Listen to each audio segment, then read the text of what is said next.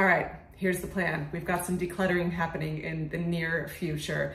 If you watched any of my other videos, you may have seen my ultra minimalist home tour or other things where I show what I own. And you may have thought that, wow, this chick owns absolutely nothing or next to nothing. There's no way she could possibly roll with less in life, but I can and I will. And there's sort of two phases that this will happen in. One is happening in the very near future, and the other one is happening, my hope is in within a year, but it's up to some outside forces. So we'll see when that one transpires. But starting with the very near future declutter that is happening, spoiler alert, I have to move. The universe is very funny. My most successful, whatever that means, my most viewed video on this channel is my ultra minimalist home tour. And it's kind of just funny because there was so much positive feedback from that. People like, oh wow, this is so inspiring, it's so beautiful. And I'm like, yes, I really love my home. And I was really just not just excited to film it, but I'm excited to live in it. I've been really enjoying this space and I think it's beautiful and it suits my needs really well. But shortly after I filmed that video, the universe being the little trickster that she is, I got a call from my landlord saying they are downsizing and moving into my space. So I gotta go. My lease is being terminated. No ill will. They're just, life circumstances. They need to go from there. They're kind of I'm built like off of their home. They're in a larger 2 or 3 bedroom home, but they're downsizing and moving into my space. So I gotta go. My lease is up May 31st, but I've already started looking now because I may just try to get in a little bit earlier, see what's available. The San Diego market is shitty. It's not good. I looked at something the other day that was the same rent I'm paying now, which is already outrageous. It's $2,300. That's a lot, but I at least thought $2,300 was worth it for the space that I'm in because it is beautiful. It is quite spacious. I have a washer and dryer. I have a large kitchen and bathroom. And I can walk to the beach. So it's all good. But I looked at something the other day that was $2,300 and it was a shithole. It was not good. So I hard pass on that one. And I've looked at another one that was less money, but it was like this big. So that was also a pass. I'm actually in a couple hours about to look at another one. We'll see how that one goes. But the market is bleak. So I'm trying to just trust the universe right now that the right thing will come along. I do have some time to figure it out. But again, if something shows up earlier, then I'll try to get out of my lease a little bit earlier. But looking around, there's not a lot of options. So how does this translate to decluttering? There might be some smaller spaces that show up, and so I might let go of some of my furniture. I did mention earlier that the furniture I have, the table and my bed, like there's a box spring and a frame and a nightstand and a couch. They actually all came with this unit when I moved in, which was wonderful because I was traveling full-time, not living out of my car, but everything I owned fit in my car, and I was living out of Airbnbs in the Pacific Northwest. And so I had no furniture. So when I moved into this place and it had a kitchen table, which I hadn't had a table in 10 years, I was like, all right, cool, I'll roll with it. I also hadn't had a couch in 10 years. I'm like, okay, this is nice. Now, it all depends on what I find. If I find something that's similar square footage that these things fit in, I'll keep them because they were given to me, they're free and they're lovely, so I will keep them. But looking what's out there and knowing what I've lived in before, I've actually lived in something that was 250 square feet. That's tiny. Kitchen table, couch, not gonna fit. Bed, I would probably go Zen style with a mattress just straight on the floor. And I know some people think that's just like sad or pathetic or unsanitary somehow. It's not. And I've actually found, I may even go back to that regardless, because looking back on years past, I found sleeping closer to the ground, I actually sleep better. So that'll be an interesting experiment going back to that, just because I think being grounded and sleeping next to the earth is a good thing. But rolling without a couch, rolling without a kitchen table. I'm not someone that entertains or cooks or has people over. I have lovely friends that like to do those things, or we go out to dinner or meet at the beach or go to lunch together, or I go to their homes, and that's all wonderful. But I'm a classic introvert. I don't have people over and I'm not ever entertaining. So if I'm without a table or a couch, it will be totally fine. I have seen some places that have like counter bar, like kitchen bar type things where you can just get a little, like a little stool and eat off of that. If I find something with that, that'd be great. If not, I'm very much leaning into furniture-free living. Maybe you've seen some extremos out there that do that. And I know, again, let me just interject myself with, this is not a prescription on how to live. I know I'm weird and different and live outside of the box of how most people are. I'm not judging you for having a kitchen table or having furniture in your home or wanting to entertain and needing more kitchen things for that. Like, you do you. This is just me giving my, oh man, my process. Sorry, the restaurant I work at was crazy yesterday and my voice is toast. We're coming back here. This is just my process and something I feel very deeply called to. I've seen furniture-free living before and I actually experimented in my old apartment. I only had a chair and I like scooted the chair away for like a couple weeks and just sat on the floor. And there's something really interesting about it. I'm not even sure how to articulate it, but it's just such a deeper level of simplicity. And it's kind of almost this feeling of, since last fall about last fall, I've been really deeply drawn into silence at an even more extreme level where I'm very rarely consuming any media, even books, a little bit of music here and there, maybe like a movie once a month, but I go through spurts with YouTube where maybe I'll watch 2 or 3 videos in a week of inspirational things and then I'm like absolutely repulsed and I'm like, don't want to consume anything. And I'm just feeling more and more called to this deeper level of simplicity of what it means to just be as a human and kind of explore the inner journey. And furniture-free living sort of lends itself to that. Like, it's kind of almost DIY monastery at home, if that makes any sort of sense. I just feel this pull to really explore the inner world and a deeper connection to source that I think modern society has us so pulled away from. And the more distractions you declutter out of your life, the more you can sort of tap into that wisdom and this whole other world that's available to us, but we're sort of blinded from. So coming in the near future, I will be showing one of the perks of this move is I will get to show you what it looks like to move as an extreme minimalist. Definitely, besides the furniture, everything I own fits into my car, my little yellow Beetle. And in just one trip, it's very easy. And I timed it the last time I moved. I can pack everything and put it into my car within 1 hour. That's everything I own. So I'll get to show you this process whenever I move. It should be in the next few weeks or sometime in May. I'll keep you updated on that and show you what it looks like to move and pack and resettle in a place that can happen for me in a very short amount of time because I live so simply.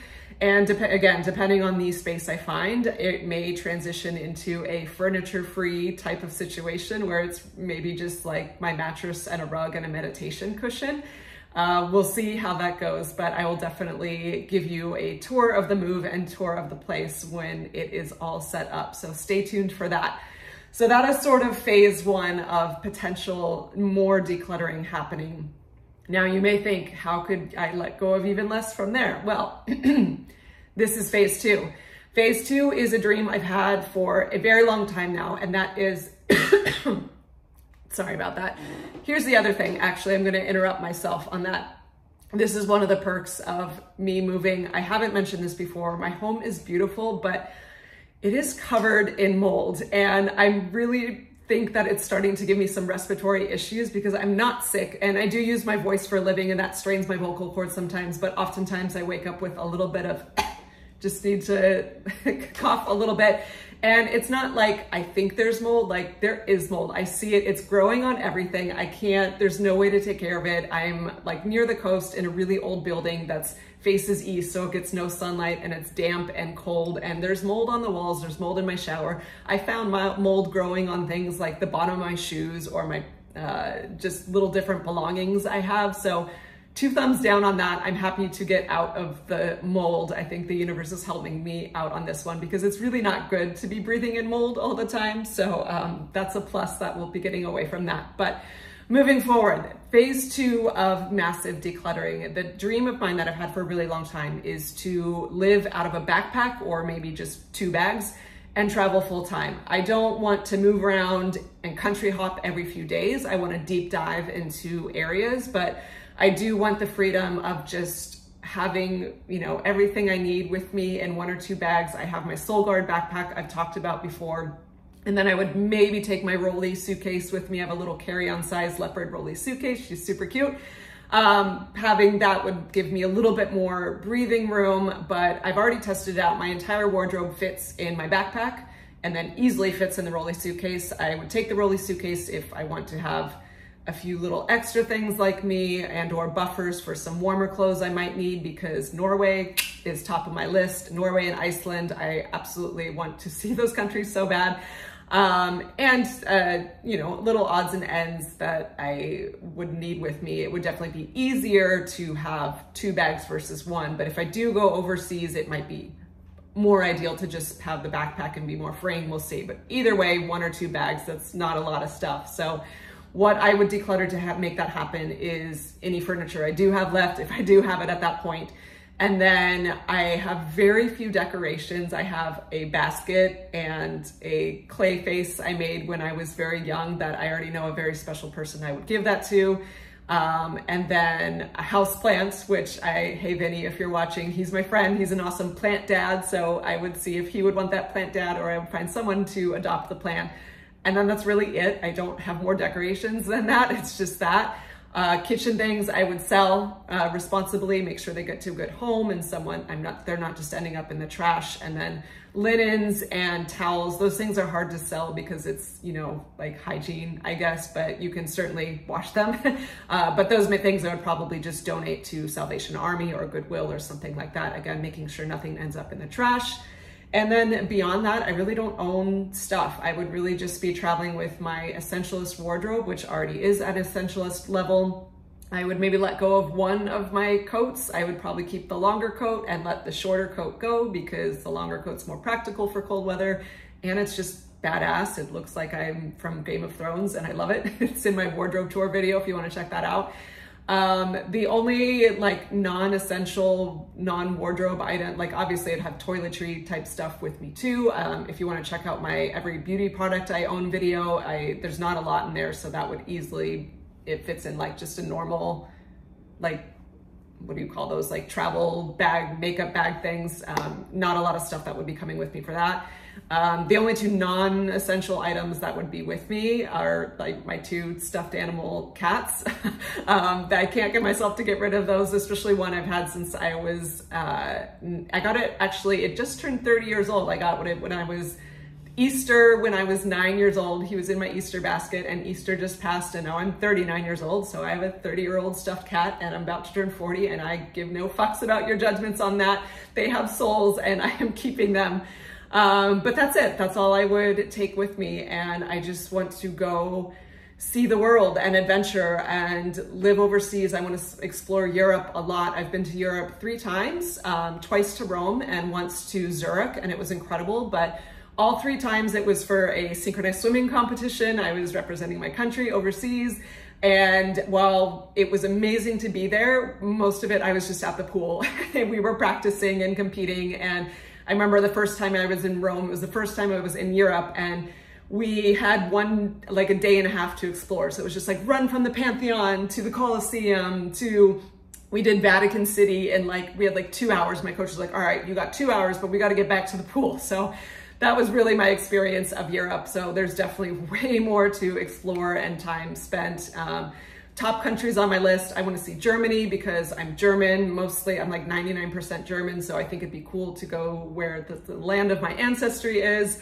Scandinavian countries, I want to see Iceland, I want to see Norway and Sweden and Denmark, but definitely also like Scotland, London, really so many places. Australia would be amazing, Japan would be amazing, Peru would be amazing. I don't have it all mapped out or planned out. Like I'm not a big researcher planner. I'm kind of just like, I have these like visions of the next like year or so, but I don't like, I'm not a meticulous planner or researcher. I'm just like an impulse person, like, oh, I want to go here. Okay, I'm going to go do that and then see where that leads. So yeah, that's the plan. How am I going to afford to do that? This is the part that's up to the gods. If I could afford to do it right now, I would. I do have a bunch of savings where I technically could do that, but I don't want to just blow the nest egg that I've built up and then have to start from scratch in a year after or 2 years after I've spent all my money.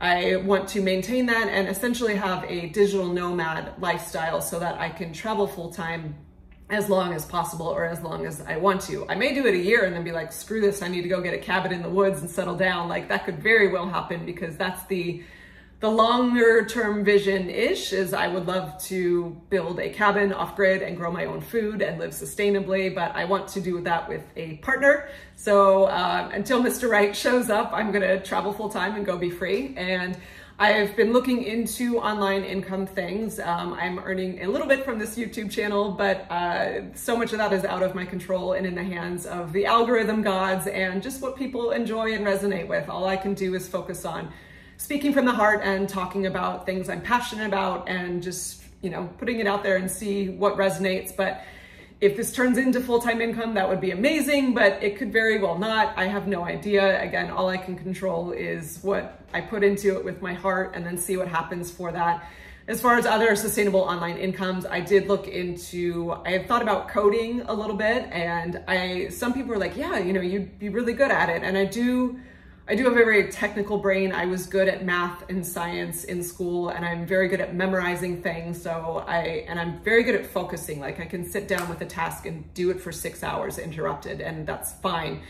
But I do have an issue with technology and computers. So that's always like, I don't know if I'd be good. And it's funny, my friend Rachel, hi Rachel, if you're watching, she is learning coding and she's a badass because she's teaching herself and doing really well with it. And I was at her house the other day and she was showing me sort of the process of it and just what you have to do and the like lines and the HTML and all this and just what the steps you have to go over and over and over. And it's like constant, like you hit problems and don't know how to do it.